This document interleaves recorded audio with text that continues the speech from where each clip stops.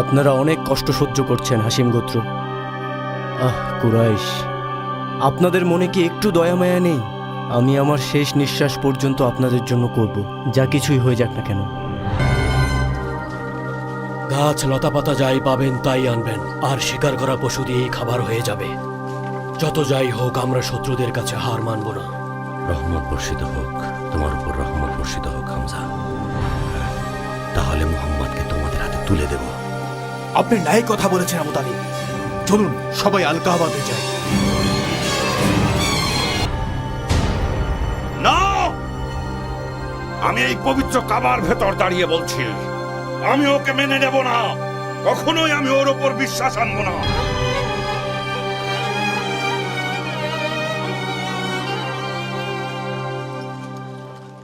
শুনুন উপস্থিত কুরাইশগণ, আবু তালিব আর আমাদের মাঝে নেই। এখন তাহলে ওই হাসিম গোত্র আর আব্দুল মুত্তালিবের বংশের কোনো প্রধান নেই যে আবু তালিবের মৃত্যুর পর তার জায়গা নিতে পারবে। এবং খাদিজার মৃত্যুর কারণে আসাদ ইবনে আব্দুল উজ্জা গোত্র আমাদের পক্ষে চলে আসার সম্ভাবনা দেখা দিয়েছে।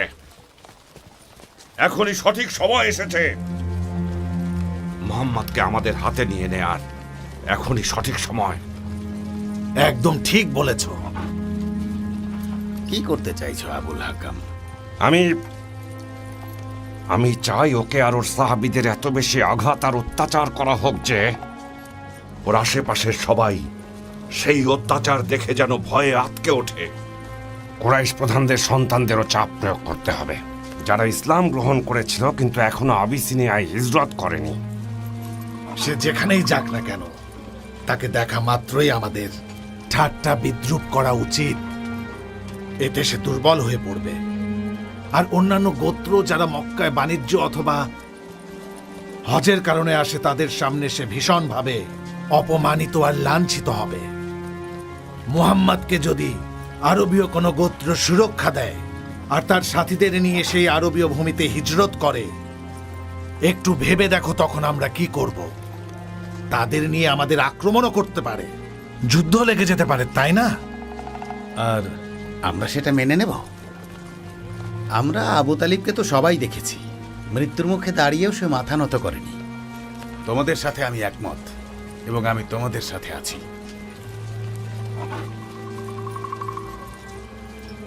তাকে আর তার ধর্মকে নিয়ে সবাই উপহাস করবে আর বলে বেড়াবে মুহাম্মাদের অনুসারীরা সব গরীব আর দুর্বল।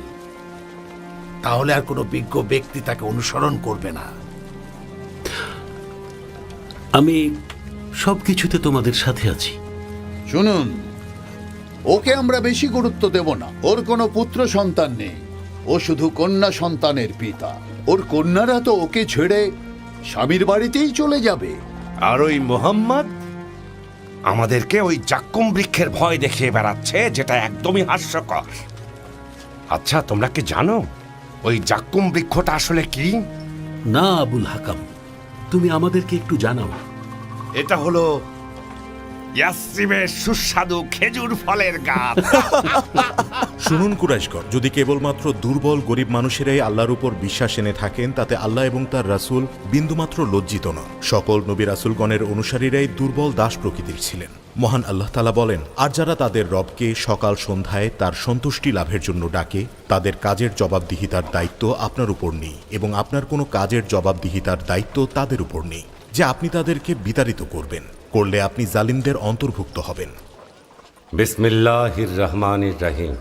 নিশ্চয়ই আমি আপনাকে কাউসার দান করেছি, অতএব আপনার পালনকর্তার উদ্দেশ্যে সালাত আদায় করুন এবং কোরবানি করুন। যে আপনার শত্রু সে তো লেজকাটা নির্বংশ।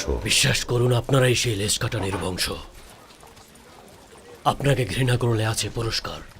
দুনিয়া আর আখিরাতের সব রহমত আল্লাহ রাসূলের জন্যে। যেখানে স্বয়ং আল্লাহ রাসূলকে নবুয়ত দিয়ে পাঠিয়েছেন, সেখানে নিজেকে ওনার সাথে তুলনার কি যোগ্যতা রাখেন আপনি? ইবনে হিশাম, আপনি জাক্কুম গাছ নিয়ে বলেছেন এটা একটা মাখন মিশ্রিত খেজুরের গাছ মাত্র। আপনার শুনে রাখা উচিত মহান আল্লাহ এ সম্পর্কে কি বলেছেন। এটা জালিমদের জন্য পরীক্ষা স্বরূপ। এ বৃক্ষ উদ্গত হয় জাহান্নামের তলদেশ থেকে তার গুচ্ছ যেন শয়তানের মস্তকের মতো। অবশ্যই তারা এটা থেকে ভক্ষণ করবে, তাদের পেট পূর্ণ করবে। কিন্তু ইয়াসরিবের ওই বৃক্ষের ফল আমরা কেউ খাবো না। আবিসিনিয়ায় হিজরতকারী কিছু মুসলিম কুরাইশদের ইসলাম গ্রহণের সংবাদ পেয়ে মক্কায় ফেরত এসেছিলেন। তাদের মধ্যে ছিলেন উসমান ইবনে আফফান, জুবাইর ইবনুল আওয়াম, আব্দুল্লাহ ইবনে মাসুদ এবং আরও অনেক আল্লাহর রাসূলের সাহাবী। তারা ফিরে এসে দেখলেন খবরটি মিথ্যা। তাদের মুসলিম ভাইয়েরা আগের চেয়ে আরও খারাপ পরিস্থিতিতে আছে। তখন অবাক হয়েছিলেন। তারা একদমই ভাবতে পারেননি যে কুরাইশরা আবার এসব করবে।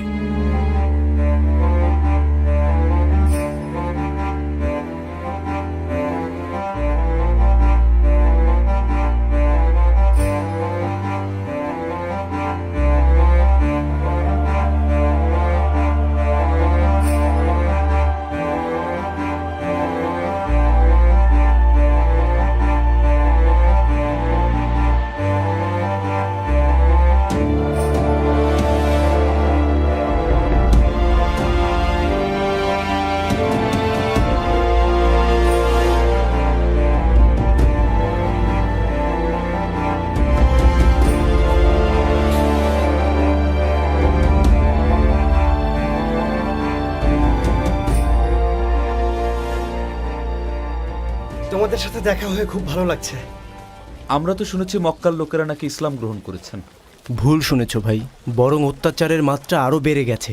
খাদিজা রাদিয়াল্লাহু তাআলা আনহার মৃত্যুতে আমরা শোকাহত, আবু তালিবের মৃত্যুতেও। ওনারা দুজনই রাসূল সাল্লাল্লাহু আলাইহি সাল্লামের সবসময় সঙ্গী ছিলেন, সাল্লাল্লাহু আলাইহি ওয়াসাল্লাম। কুরাইশদেরও মোকাবেলা করতেন। আমাদের কাছে ভুল খবর গিয়েছিল। কোথায় ওরা? এক্ষুনি খুঁজে বের করো ওদের। আমরা এখন কি করব? আচ্ছা শোনো, ওরা আমাদেরকে খুঁজে পাওয়ার আগে এখান থেকে আমাদেরকে পালাতে হবে। তাহলে জলদি চলো। চলো।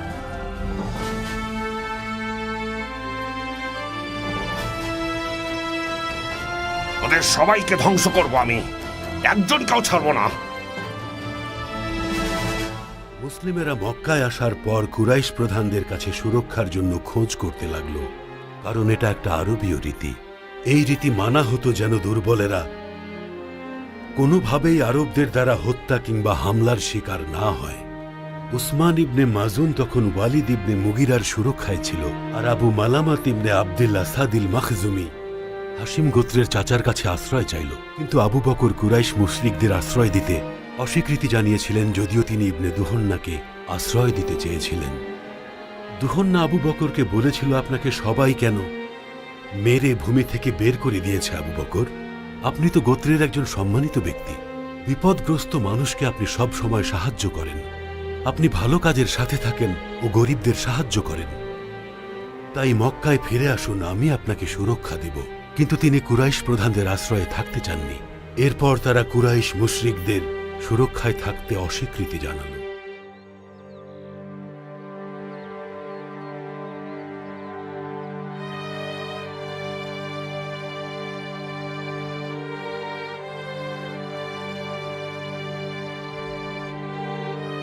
যখন এ ঘটনা ঘটছিল, তখন আল্লাহর রাসূল সাল্লাল্লাহু আলাইহি ওয়াসাল্লাম রওনা হলেন আল তাইফে ইসলামের দাওয়াত দিতে। তিনি সাকিফ গোত্রকে ইসলামের কথা বললেন। ওখানে প্রধান ছিলেন আব্দু ইয়ালিল বিন আমর এবং তার দুই ভাই মাসুদ আর হাবিব। তারা ইসলামকে অস্বীকার করল এবং নির্দেশ দিল যে আল্লাহর রাসূলকে শহর থেকে বের করে দিতে। তাইফ গোত্রের মানুষ, আপনারা কি করছেন? কি করছেন আল্লাহ রাসূলের সাথে? আপনারা এই পাপ কাজ বন্ধ করুন। ইনি হলেন আল্লাহ রাসূল, ইনি আল্লাহ তাআলার বার্তাবাহক।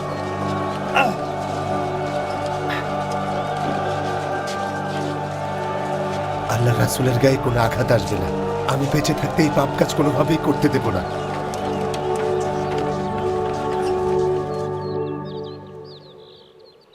আদ্দাস, এইদিকে এসো। আদ্দাস, বলুন মালিক। ওই যে একজন আমার বাগানে প্রবেশ করেছে, কি হয়েছে তার? আসলে মনিব, তায়েববাসী তাকে আঘাত করে বের করে দিয়েছে। তাকে এখনই ভেতরে নিয়ে এসো। আদ্দাস, পানি আর আঙুর দিয়ে আপ্যায়ন করো। ওরা তো তাকে অপমান করে তাড়িয়ে দিয়েছে, কি হয়েছে বলুন তো? আপনি কি তাকে চেনেন? ও হচ্ছে মুহাম্মদ ইবনে আব্দুল্লাহ, আমার চাচাতো ভাই, যে নিজেকে নবী দাবি করে। আপনার চাচাতো ভাই নবী দাবি করেন? যা বলেছি তাই করো, এত প্রশ্ন করছো কেন? ঠিক আছে, আমি এখনই যাচ্ছি। তাইফের লোকেরা মেরেছে।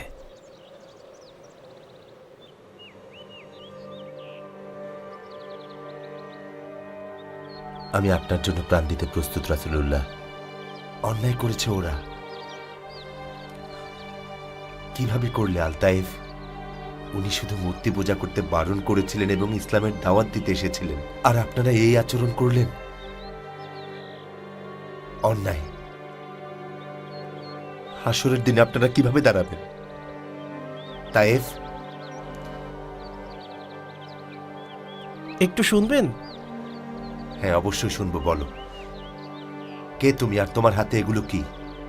আসলে আমার মনিব উতবা ইবনে রাবিয়া আপনার জন্য কিছু আঙুর আর পানি পাঠিয়েছেন।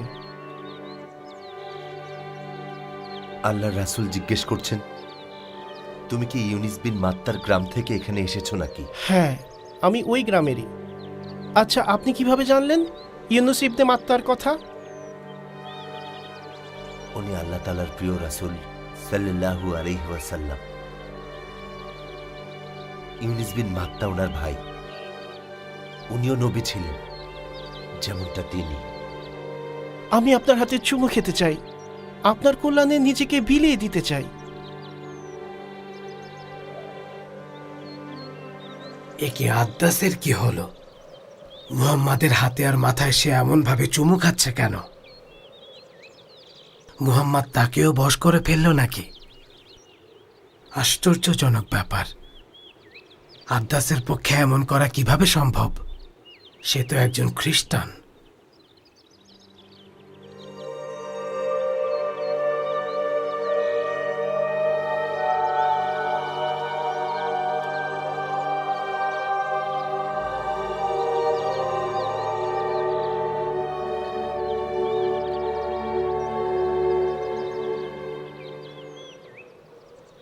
তোমার কি হয়েছে আদ্দাস? ওনার হাতে আর মাথায় চুমু খাচ্ছিলে কেন? মালিক, উনি পৃথিবীর সর্বশ্রেষ্ঠ মানব। তিনি যা বলেছেন তা শুধু নবীই বলতে পারে। সাবধান করছি আদ্দাস, ওনার কথা শুনে কখনোই তোমার ধর্মের বিরুদ্ধে চলে যেও না। সবচেয়ে ভালো হয় মনিব আপনিও তাকে অনুসরণ করুন। তিনি সত্যিই আল্লাহর রাসূল। তিনি যে বাণী নিয়ে এসেছেন তার উপর ঈমান আনলে চিরশান্তি পাওয়া যাবে। এটা আমি কি করলাম আদ্দাস? এমন পরিবর্তন হয়ে ফেরত আসবে জানলে কখনোই পাঠাতাম না। এই ঘটনার পর রাসূলুল্লাহ সাল্লাল্লাহু আলাইহি ওয়াসাল্লাম তায়েফ গোত্রের কাছ থেকে পুনরায় মক্কা ফেরত আসলেন। তাদের আশা তিনি ছেড়ে দিলেন এবং এক রাতে আল্লাহর নবী যখন খেজুর গাছের তলায় সালাত আদায় করছিলেন, একদল জিন তার পাশ দিয়ে যাচ্ছিল। তারা তার কথা শুনলেন এবং যখন তিনি সালাত শেষ করলেন তখন তারা সেখান থেকে চলে গেলেন এবং তায়েফ গোত্রকে তারা তার ব্যাপারে সবকিছু বললেন। এরপর তায়েফ গোত্র বিশ্বাস আনলেন সাল্লাল্লাহু আলাইহি ওয়াসাল্লামের উপর এবং আল্লাহ তাআলা বললেন, আমি সেখানে কয়েকজন জিনকে পাঠিয়েছিলাম কুরআনুল কারীম শুনতে। তারা নীরবে দাঁড়িয়ে সেটা শুনছিল এবং তারপর তারা নিজেদের লোকেদের কাছে গিয়ে কুরআনুল কারীমের কথা বললেন। তারা তাদেরকে গিয়ে বললেন, আমরা মুসার পর এমন একটি কিতাবের বাণী শুনে এখানে এলাম যেখানে স্পষ্টভাবে সব কিছু বলা আছে। এই কিতাবই ভবিষ্যতে মানুষকে তাদের সঠিক পথ দেখাতে চলেছে। হে মানুষেরা, শোনো, সে তোমাদের কাছে আল্লাহ তাআলার বার্তা পৌঁছে দিতে এসেছে। তোমরা যদি তার উপর বিশ্বাস স্থাপন করো তাহলে তিনি তোমাদের সকল ভুল ক্ষমা করে দেবেন। ক্ষতবিক্ষত হৃদয়ে সেই রাতে আল্লাহর রাসূল তায়েফ ছাড়ার সময় আল্লাহ তাআলার কাছে প্রার্থনা করেছিলেন, হে আল্লাহ, আমি তোমার কাছে স্বীয় দুর্বলতা আর আমার কলা কৌশলের স্বল্পতা এবং মূল্যহীনতার অভিযোগ করছি। হে সর্বাধিক দয়ালু আল্লাহ, তুমি দুর্বল মানুষের পালনকর্তা, আমারও পালনকর্তা। আমাকে কার কাছে ন্যস্ত করছো? আমাকে কি দূরের অচেনা কারোর হাতে ন্যস্ত করছো? যে আমার সঙ্গে অত্যন্ত কঠোর আচরণ করবে, নাকি শত্রুর হাতে সোপর্দ করছো যাকে আমার মালিক করে দিয়েছ? তুমি যদি আমার উপর রাগান্বিত না হও তাহলে আমি কোনো কিছুই পরোয়া করি না। আমি কোনো কিছুই পরোয়া করি না। এসব কি আব্বাস? এ কারণে আমাকে ডেকেছো? তুমি কি এসব বন্ধ করবে না? আল্লাহর শপথ, মোহাম্মদ আমাদের নবী। তুমি নিজে তাকে বিশ্বাস নাই করতে পারো, কিন্তু তাকে তো ধর্ম প্রচারে বাধা দিতে পারো না। অন্তত পক্ষে তোমার ভাতিজা হিসেবে তার প্রতি একটু সদয় হতে পারো। আমার কথা শোনো আব্বাস, লাতুজ্জাহার শপথ আমি কোনোদিন তাকে বিশ্বাস করব না। তার কারণে কুরাইশদের সাথে আমাদের শত্রুতা ঘটেছে। মনে হচ্ছে আরবের সবাই হাসিম গোত্রের সাথে যুদ্ধ বাঁধাবে আর আমাদের খুন করবে। আরবের সবাই তোমার ভাতিজার কারণে আমাদের সবাইকে আরো সম্মান করবে। প্রতিদিন তো কত নতুন নতুন নিদর্শন দেখতে পাচ্ছি। তার ধর্মের আহ্বান আমাদেরকে আলোকিত করছে। তুমি কি এসব বন্ধ করবে না? আবু তালিব মারা গেছে, হাসিম গোত্র বেঁচে আছে। মোহাম্মদকে শত্রুর হাতে তুলে দিব না। তুমি কি এসব নিয়েই থাকবে আব্বাস? কাবার মালিকের শপথ। আব্বাস পাগল হয়ে গেছে, তাকে মোহাম্মদ জাদু করেছে, মাথা খারাপ হয়ে গেছে ওর। শুনুন খাজরাজগণ, আপনাদের কি মনে আছে নবী মোহাম্মদ সম্পর্কে সুয়াইদ ইবনুস সামিদ আসলে কি বলেছিলেন? বলেছিলেন উনি বোয়াতের যুদ্ধে মারা যাবার আগেই সেই নবীর আগমন হবে হাসিম গোত্র থেকে। আপনারা জানেন সুয়াইদ লুকমান আলাইহি ওয়াসাল্লাম সম্পর্কে ধর্মীয় গ্রন্থে যা লেখা ছিল তাও বিশ্বাস করতেন। তিনি বলেছেন মোহাম্মদ সত্যের ধর্ম এনেছেন। ওই দেখুন কে আসছেন।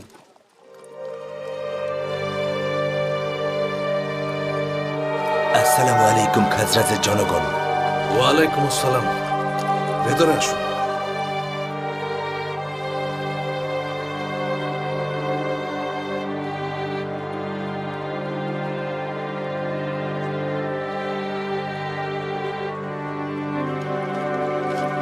আমার নাম জাইদ ইবনুল হারিস। আমি মোহাম্মদ ইবনে আব্দুল্লাহ ইবনে আব্দুল মুত্তালিবের অনুগত দাস, যিনি হাসিম গোত্রের নবী। আল্লাহ রাসূল আপনাদের সবার উদ্দেশ্যে কিছু বলতে চান। অবশ্যই, চলুন বসা যাক। আমরা অত্যন্ত আনন্দিত আপনাকে পেয়ে মোহাম্মদ। আব্দুল মুত্তালিব বংশের সন্তানেরা আমাদের বোনের সন্তান, আর আমরা আপনার চাচা। আল্লাহর শপথ, আপনি সমগ্র আরবদের জন্য গৌরব নিয়ে এসেছেন। আল্লাহর রাসূল মুহাম্মদ সাল্লাল্লাহু আলাইহি ওয়াসাল্লাম বলেছেন, মহান আল্লাহ তাকে নবী হিসেবে পাঠিয়েছেন যেন মানুষ এক আল্লাহর উপাসনা করে, মূর্তি পূজা থেকে বিরত থাকে আর অন্যায় কাজ থেকে দূরে থাকে। তিনি মানুষের জন্য সত্যের পথপ্রদর্শক এবং একমাত্র আল্লাহর আদেশ মোতাবেক চলে। আল্লাহ ওনাকে প্রকাশ্যে ইসলাম প্রচারের এবং বাণী পৌঁছানোর নির্দেশ দিয়েছেন। আল্লাহর শপথ মোহাম্মদ, ইয়াসরিবের শহরের ইহুদিরা বারবার সতর্ক করছিল একজন নবীর আগমন হবে আর তার আগমন সন্নিকটে। এমনকি তারা বলতো সেই নবীকে নিয়ে আমাদের বিরুদ্ধে যুদ্ধ করে সবাইকে মেরে ফেলবে। ভাইয়েরা আমার, ইনিই সেই নবী যার জন্য ইহুদিরা আমাদেরকে হুমকি দিয়ে আসছিল। তাই তাকে আপনারা অনুসরণ করুন। আপনি আমাদের জন্য কি বাণী নিয়ে এসেছেন? তিনি আপনাদের সাক্ষ্য দিতে বলেছেন, লা ইলাহা ইল্লাল্লাহু ওয়া আশহাদু আন্না মুহাম্মাদান রাসূলুল্লাহ। আশহাদু আল্লা ইলাহা ইল্লাল্লাহ ওয়া আশহাদু আন্না মুহাম্মাদান রাসূলুল্লাহ। আল্লাহর রাসূল বলেছেন, এত অল্প সময়ের মধ্যে কোনো মানুষই এখন পর্যন্ত ইসলামের আলো গ্রহণ করেননি। আল্লাহ আপনাদের ঈমানকে দৃঢ় করে দেবেন। হে আল্লাহর নবী, আমাদের মানুষদের বেঈমানি আর জঘন্যতা দেখে আমরা তাদের সবাইকে ছেড়ে চলে এসেছি। দোয়া করি যেন আবার একত্রিত হতে পারি। আমরা তাদের কাছে আবার যাব, ইসলামের দাওয়াত দেব। আমরা যে ধর্ম আলিঙ্গন করেছি সেই ধর্মে আহ্বান জানাব। যদি আল্লাহ একত্রিত করেন তাহলে আপনি সর্বোচ্চ সম্মানিত হবেন।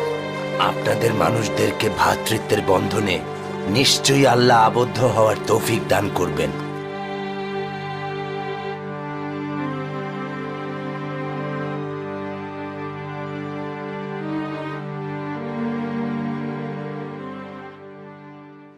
কি হয়েছে আপনার আসাদ? মনে হচ্ছে কিছু বলতে যাচ্ছেন।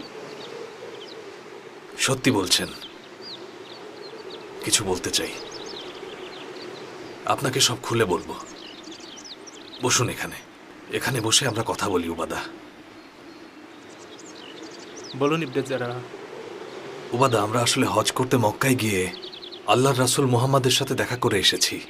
হাশিম গোত্রের মোহাম্মদ, যিনি নিজেকে নবী বলে দাবি করেন? তিনি সেই আল্লাহর রাসূল সাল্লাল্লাহু আলাইহি ওয়াসাল্লাম, তার মাধ্যমে পাঠানো আল্লাহর বাণী আমি বিশ্বাস করি। আমি সাক্ষ্য দিচ্ছি আল্লাহ ছাড়া কোনো মাবুদ নেই, মুহাম্মদ আল্লাহর রাসূল। তিনি কিসের আহ্বান জানাচ্ছেন আমাকে খুলে বলুন আসাদ। একমাত্র আল্লাহর ইবাদত করতে, মূর্তি পূজা থেকে বিরত থাকতে, অন্যায় ও পাপ কাজ থেকে দূরে থাকতে, ভালো কাজকে আলিঙ্গন করতে। আল্লাহর শপথ উবাদা, এটাই সত্য ধর্মের আহ্বান। শুধুমাত্র এটাই আপনাকে শান্তি দিতে পারে। আপনি জানেন মানাত সমুদ্রের পাশে পাওয়া একটা সাধারণ পাথর মাত্র, যে পাথর আমাদের কল্যাণ বা ক্ষতি করার কোনো ক্ষমতা নেই। আপনার কি মনে আছে ইবনুল তাইহানের কথা, যখন তিনি মৃত্যু মুখে পতিত হয়েছিলেন, ইহুদিদের বলে গিয়েছিলেন একজন নবীর আগমন সন্নিকটে। আল্লাহর শপথ উবাদা, তিনিই সেই নবী। আপনার কথা সত্যি বিশ্বাসযোগ্য।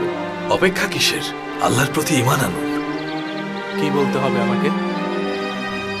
বলুন আশহাদু আল্লা ইলাহা ইল্লাল্লাহ, আশহাদু আল্লা ইলাহা ইল্লাল্লাহ, ওয়া আশহাদু আন্না মুহাম্মাদান রাসূলুল্লাহ, ওয়া আশহাদু আন্না মুহাম্মাদান রাসূলুল্লাহ। খাজরাজ গোত্রের মানুষেরা সবাই নিজেদের ভূমি ইয়াসরিবে ফিরে যাবার পর আল্লাহর প্রিয় রাসূলের কথা সবার ঘরে ঘরে পৌঁছে দিলেন আর ইসলামের দাওয়াত দেয়া শুরু করলেন। এমন কোনো বাড়ি অবশিষ্ট থাকলো না যেখানে ইসলামের দাওয়াত পৌঁছে যায়নি, যেখানে নবী মুহাম্মদের দাওয়াত পৌঁছে যায়নি। যখন পরবর্তী হজের সময় আসলো, আনসারের 12 জন শিষ্য রাসূলের সাথে দেখা করার জন্য গিয়েছিলেন, আর তারা হলেন আসাদ ইবনে জারারা, উবাদা ইবনুল সামিত। উনারা আল্লাহর নবীকে দেখার জন্য আকাবায় সফর করেছিলেন এবং শপথ করেছিলেন, আর সেই শপথের নাম দেয়া হয়েছিল আকাবার প্রথম শপথ।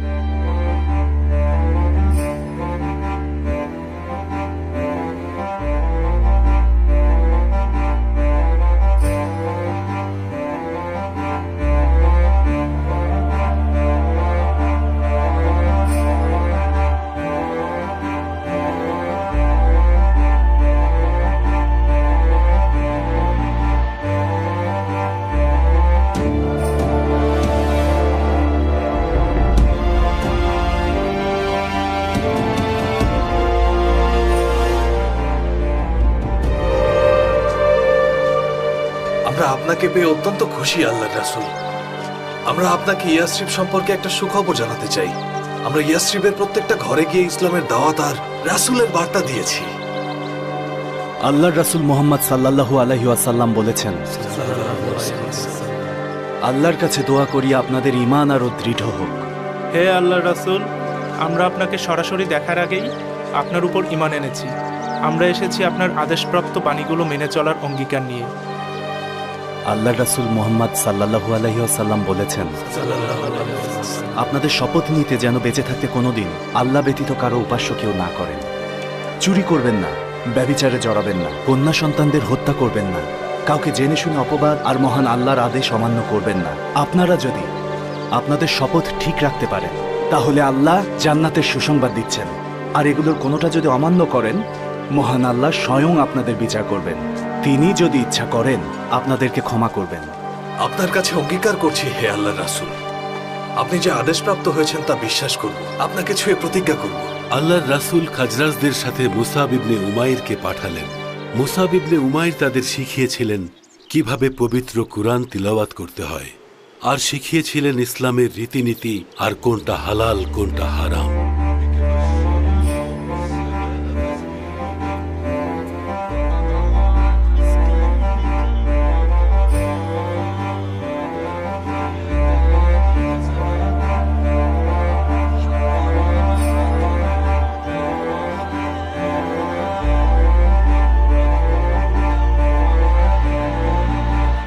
মুসাবকে ডেকে নিয়ে যেত তিলাওয়াত করার জন্য। তিনি সব সময় আসাদ ইবনে জারারাকে সাথে নিয়েই চলতেন, সালাতের ইমামতি করতেন। মুসলমানেরা মদিনায় প্রথম সালাত আদায় করেন মুসাবের পেছনে দাঁড়িয়ে, যে স্থানটি ছিল নাকি আল খাদামাতে বা ইয়াদা গোত্রের ভূমিতে।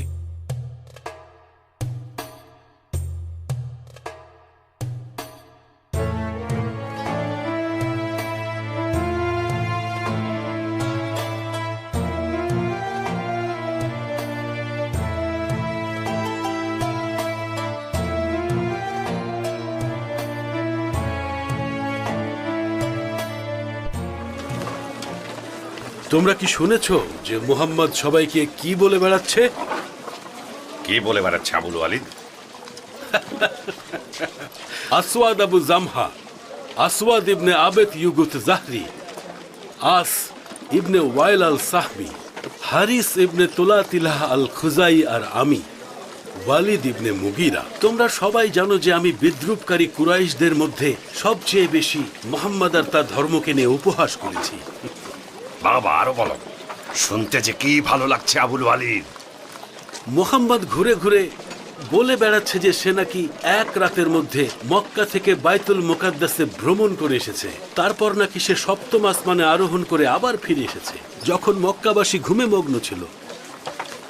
বাইতুল মুকাদ্দাস থেকে সপ্তম আকাশে আরোহণ, তাও এক রাতের মধ্যে?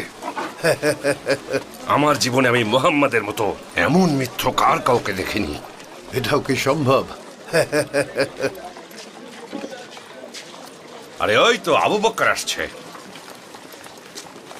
আবু বকর, তুমি কি মুহাম্মাদের ওইসব বানোয়াট গল্প বিশ্বাস করো? তোমার বিশ্বাস হয় মুহাম্মদ এক রাতের মধ্যে মক্কা থেকে বাইতুল মুকাদ্দাসে ভ্রমণ করে আবার নাকি ফিরে এসেছে? বলো।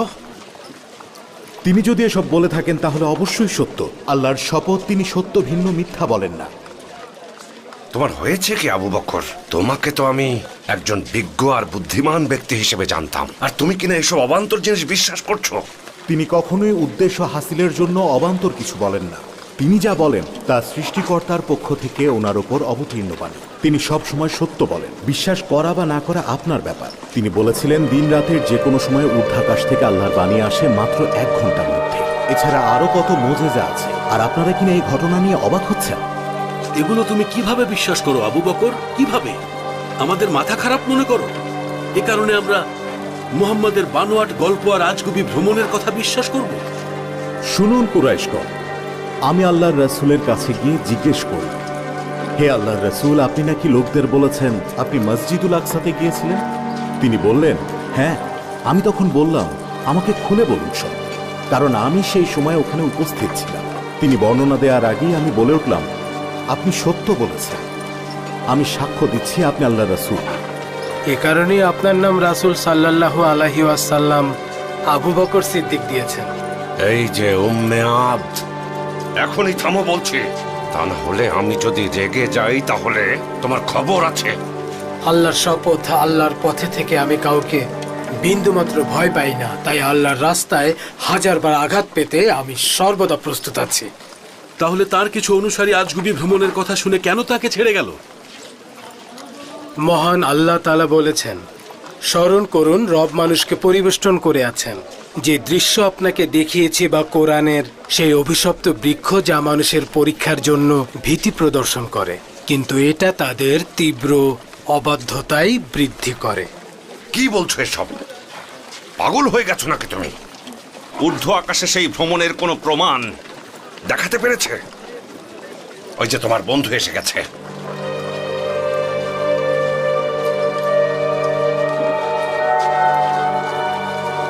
আসসালামু আলাইকুম ভাই। ওয়ালাইকুম আসসালাম। আল্লাহর রাসূল মুহাম্মদ সাল্লাল্লাহু আলাইহি ওয়াসাল্লাম বলেছেন, সাল্লাল্লাহু আলাইহি ওয়াসাল্লাম, শুনুন কুরাইশগণ, আমার সাথে যা ঘটেছে সেসবের প্রমাণ চাইলে তাহলে শুনুন প্রমাণ।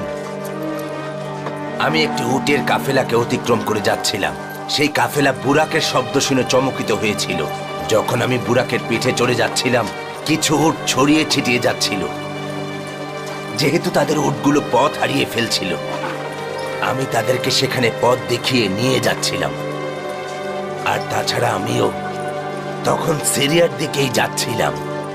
তারপর আমি দুজদানের দিকে কিছু ঘুমন্ত মানুষকে অতিক্রম করেছিলাম। উট ছড়িয়ে ছিটিয়ে যাচ্ছিল। যেহেতু তাদের উটগুলো পথ হারিয়ে ফেলছিল, আমি তাদেরকে সেখানে পথ দেখিয়ে নিয়ে যাচ্ছিলাম। আর তাছাড়া আমিও তখন সিরিয়ার দিকেই যাচ্ছিলাম। তারপর আমি দুজদানের দিকে কিছু ঘুমন্ত মানুষকে অতিক্রম করেছিলাম। তাদের পাশে একটা বড় পানি খাওয়ার পাত্র দেখতে পেলাম। তার থেকে পানি খেয়ে পাত্রটি আগের জায়গায় রেখে দিলাম। সেই উটের কাফেলা এখন বাইদা থেকে আসছে, তারা তানিমেও ভ্রমণ করেছে।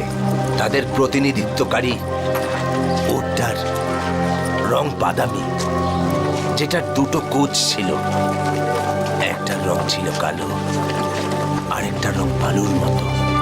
শুনুন কুরাইশগণ, একটা উটের কাফেলা তানিম ভূমি থেকে এদিকে আসছে। কাফেলাটি নেতৃত্ব দিচ্ছে এক বাদামি উট, যার দুটো কুজের, একটা কালো আরেকটা বালু রঙের। আপনারা কি শুনতে পেয়েছেন কুরাইশগণ? জিজ্ঞাসা করুন রাসূল সাল্লাল্লাহু আলাইহি ওয়াসাল্লাম সত্য বলেছেন কিনা। শুনুন কুরাইশগণ, এই সবই হলো নবুয়াতের নিদর্শন।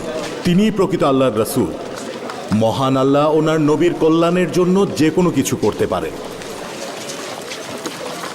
রাসূলের মক্কা থেকে মসজিদুল আকসা এবং ঊর্ধ্বাকাশে ভ্রমণের সেই রাত একেবারে চোখের পলকেই ঘটেছিল। মহান আল্লাহ তাআলার পক্ষে সবকিছু করা সম্ভব। শুনুন কুরাইশগণ, মুহাম্মদ যে কাফেলার কথা বলেছিল সেই কাফেলা নগরের ভিতর প্রবেশ করেছে। তারা হুবহু একই ঘটনা বর্ণনা করেছেন। এই যে কুরাইশের মুশরিকেরা, তোমরা এখনো বিশ্বাস করবে না? তোমাদের চোখে মোহর আর কান তালাবদ্ধ। এখন তুমিও শুরু করলে উমর। আরও শুনুন কুরাইশগণ, আপনারা সবাই জানেন যে মুহাম্মদ আল্লাহর রাসূল। আপনাদের কথা মতো সেটার প্রমাণও পেয়েছেন, তিনি সত্যবাদী। তাহলে কেন রাসূলকে আপনারা অনুসরণ করছেন না? মরে গেলেও মুহাম্মদকে বিশ্বাস করব না। কাবার মালিকের শপথ, সব মানুষ আর সেই সাথে সব জিন জাতি মুহাম্মদকে অনুসরণ করলেও আমি তাকে মানব না, কখনোই না।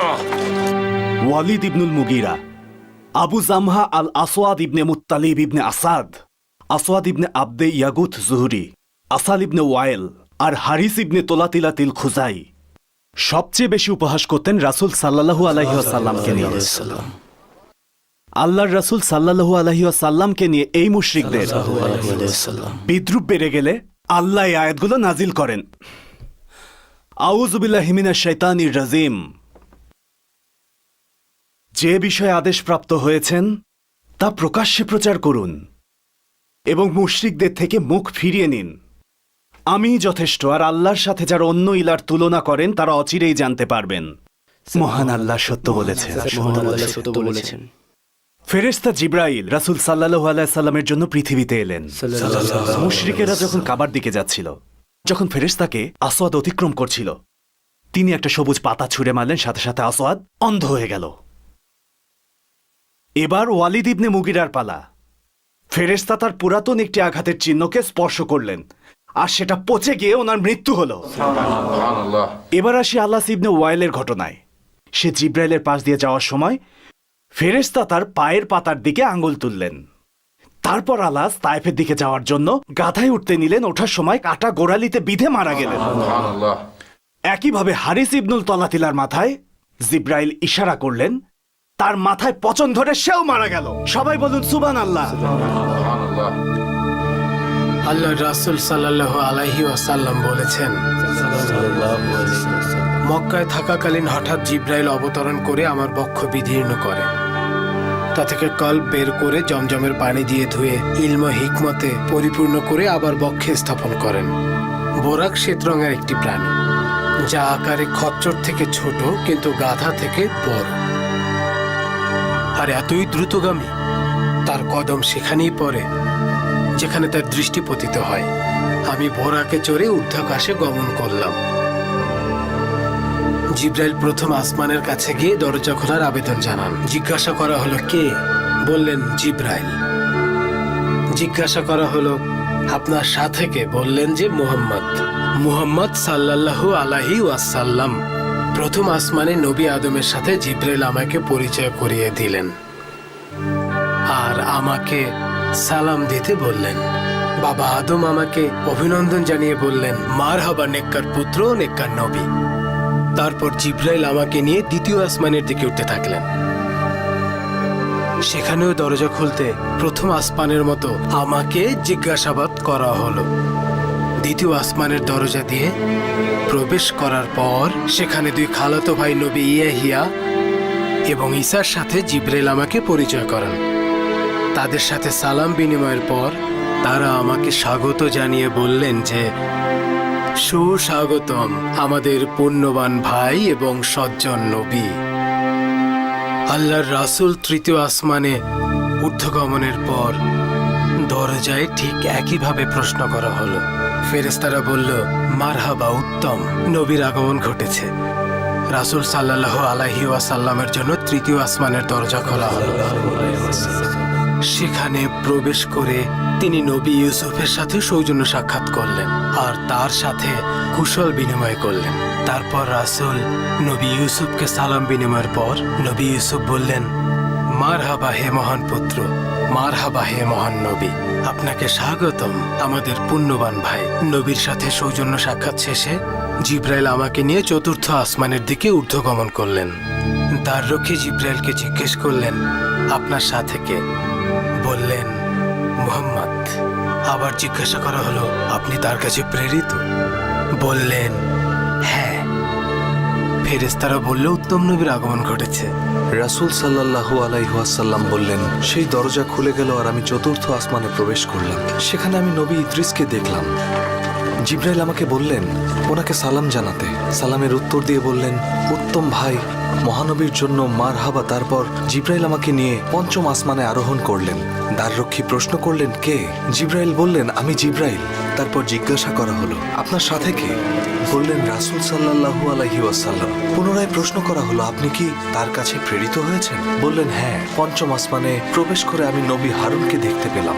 জিব্রাইল আমাকে সালাম জানাতে বললেন।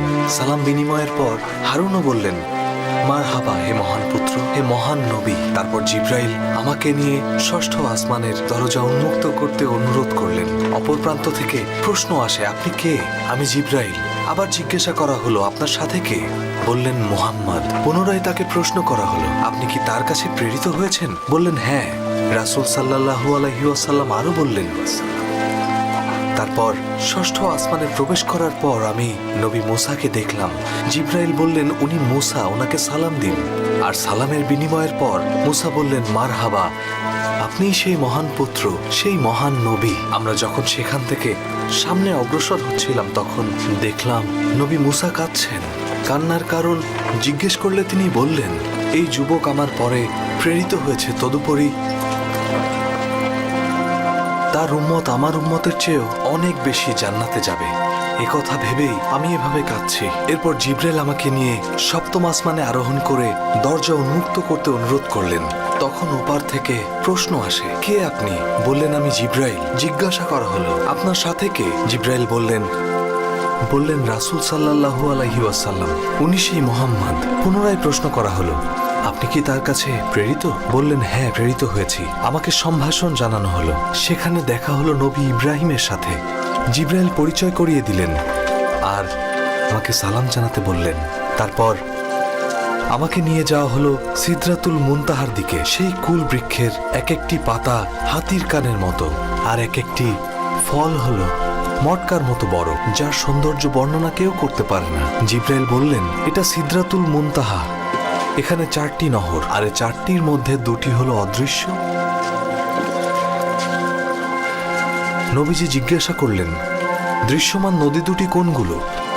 জিব্রাইল বললেন, অদৃশ্যমান 2টি জান্নাতে, দৃশ্যমান 2টি নীলনদ ও ফুরাত।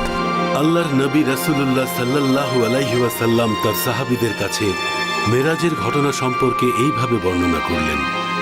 বাইতুল মুকাদ্দাস থেকে 2 রাকাত সালাত আদায় করার পর মসজিদ থেকে বের হলে জিব্রাইল 3টি পাত্র আনেন, আর তার মধ্যে একটি শরাব ভর্তি পাত্র আর একটি দুধের পাত্র ছিল, তৃতীয়টি মধুর পাত্র। আমি দুধের পাত্র গ্রহণ করি। পাত্রটি গ্রহণ করার পর জিব্রাইল আমাকে বললেন, আপনি ফিতরাত গ্রহণ করেছেন, তথা স্বভাবজাত বিষয়টি গ্রহণ করেছেন। এটাই সেই ইসলাম ধর্ম যেটা আপনি এবং আপনার অনুসারীরা মেনে চলছেন। আমি রাসূলের থেকে যে সুসংবাদ পেয়েছিলাম সেটা আপনাদেরও জানাচ্ছি। রাসূল বললেন, আমার এবং আমার উম্মতদের জন্য 50 রাকাত সালাত ফরজ করা হয়েছিল। তারপরের ঘটনা আপনাদেরকে জাহিদ বর্ণনা করবে। ফিরে আসার সময় নবী মুসা রাসূল সাল্লাল্লাহু আলাইহি ওয়াসাল্লামকে জিজ্ঞেস করলেন, আল্লাহ আপনার উম্মতের জন্য কি দিয়েছেন? আল্লাহর রাসূল সাল্লাল্লাহু আলাইহি সাল্লাম উত্তর দিলেন, দিনে রাতে 50 ওয়াক্ত নামাজ যা শুনে নবী মুসা বললেন আপনার উম্মত রাত দিনে 50 ওয়াক্ত নামাজ পড়তে পারবে না। আপনার আগে আমি উম্মত চালিয়ে এসেছি, আপনি আল্লাহর কাছে গিয়ে ওয়াক্ত কমিয়ে দেওয়ার অনুরোধ করুন। নবীজি সাল্লাল্লাহু আলাইহি ওয়াসাল্লাম বললেন আমি আল্লাহর কাছে ফিরে গিয়ে 5 ওয়াক্ত কমিয়ে দেওয়ার অনুরোধের ফলাফল নিয়ে নবী মুসার কাছে আসলাম। তিনি আবার আমাকে একই উপদেশ দিলেন। এভাবেই আমি আল্লাহ ও নবী মুসার মাঝে আসা যাওয়া করতে থাকি যতক্ষণ না পর্যন্ত আমি 5 ওয়াক্তের নির্দেশ পেলাম। ফজর, জোহর, আসর, মাগরিব আর এশা। যখন নবীজি চলে আসছিলেন আল্লাহ তাআলা বলেছিলেন আমি আমার ফরজকে অবধারিত করে দিলাম আর বান্দাদের উপর থেকে বোঝা হালকা করে দিলাম। সকল প্রশংসা আল্লাহর নামে। সকল প্রশংসা আল্লাহর নামে।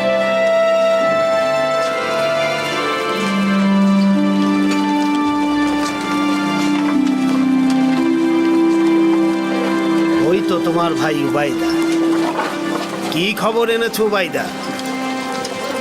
শুনুন হাকিম, শুনুন আবু সুফিয়ান, আপনারা অনেক বছর ধরে রাসূল সাল্লাল্লাহু আলাইহি ওয়াসাল্লামকে চেনেন। আপনারা ওনার সততা আর মওজিজা সম্পর্কে খুব ভালো জানেন।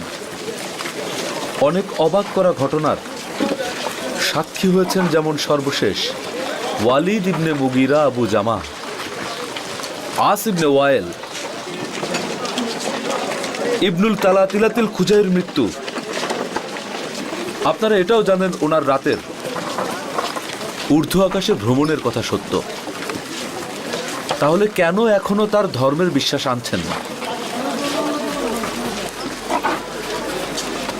আমি জানি না কি বলা উচিত উবাইদা। কেন পারছেন না? তিনিই যে ধর্মের বাণী নিয়ে এসেছেন তার থেকে অন্য কিছুই গুরুত্বপূর্ণ না। তাই নিজের জন্য ভাবুন আর আল্লাহর পথে ফিরে আসুন। আল্লাহর সত্যের ধর্মগ্রহণের পথ হলো মুক্তির পথ। বিষয়টা নিয়ে পরে কথা বলবো উবাইদা, বাদ দাও এসব। সবাইকে পথ দেখানো যায় না। আল্লাহ যাকে ইচ্ছা তাকে সৎ পথে চালায়। চলুন আব্বেল আশার আর জোফার গোত্রের প্রতিটি বাড়িতে ইসলামের দাওয়াত নিয়ে যাই। নিশ্চয়ই তাদের বোঝালে তারা ইসলামকে আলিঙ্গন করে নেবে। আপনি ঠিক বলেছেন ভাই, আমিও সেখানে যাবার পরিকল্পনা করছিলাম। দেয়ালের পাশে ওনারা কারা বসে আছেন? তারা আমার খালাতো ভাই সাদ ইবনে মুয়াজ আর তার পাশে উসাইদ ইবনে হুজাইর। তারা দুজন আব্বেল আশার গোত্রের প্রধান। তারা আমাদের দিকেই তাকিয়ে আছে। দেখো উসাইদ, আসাদ ইবনুল জারারা আর কুরাইশের ওই লোকটা আমাদের ভূমির দুর্বল মানুষদের বোকা বানাতে এসেছে। চলো গিয়ে বলি আমাদের ভূমিতে তারা যেন আর কোনো দিন না আসে। যদি আসাদ ইবনুল জারারা আমার ভাই না হতো, আমি নিজে আজকে তাকে বুঝিয়ে দিতাম আমরা কারা। আমি দেখছি বিষয়টা, আমি দেখছি। উসাইদ ইবনে হুজাইর এদিকে আসছেন। আল্লাহর কাছে সাহায্য প্রার্থনা করুন যেন আমরা তাদের সৎপথে আনতে পারি। উসাইদ আর সাদ ইবনে মুয়াজ আব্বেল আশার গোত্রের প্রধান, যারা এখনো আল্লাহকে জানে না।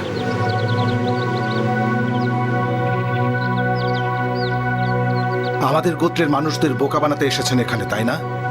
যদি জানের মায়া থাকে তাহলে আপনারা এক্ষুনি এই মুহূর্তে এখান থেকে চলে যাবেন।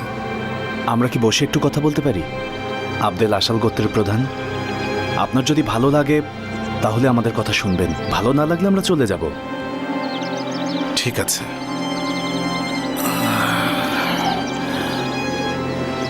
বলুন কি বলতে চান। মহান আল্লাহ যখন কোনো জাতিকে পথ দেখাতে চান তখন তিনি সেই জাতির কল্যাণের জন্য রাসূল পাঠান, যেন ওনারা নির্দিষ্ট জাতিকে সৎ পথে পরিচালিত করেন।